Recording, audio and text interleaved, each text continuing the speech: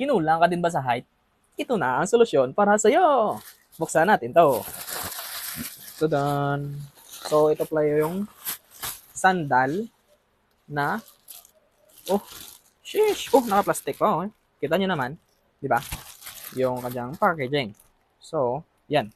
Kung gusto nyong magtrabaho at, gusto nyong i-safety ito or magsapatos ka muna sa loob, tapos kung umulan, pag-uwi mo or papunta ka doon, pwede mo itong gamitin. Tapos, meron pang plastic.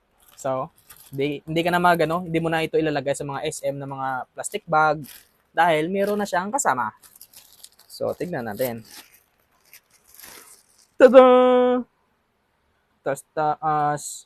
Grabe. So, kung ikaw yung susuot nito, at tapos, ng niwang, sali ka na lang sa Attack on Titans. Yan, kita nyo, di ba? Ganda, no? Ha? So, I think 9 cm ito. 9 cm. Equivalent to, syempre doon, no? Are, oh. Pero mga boss madam, alam niyo na yung gagawin nyo.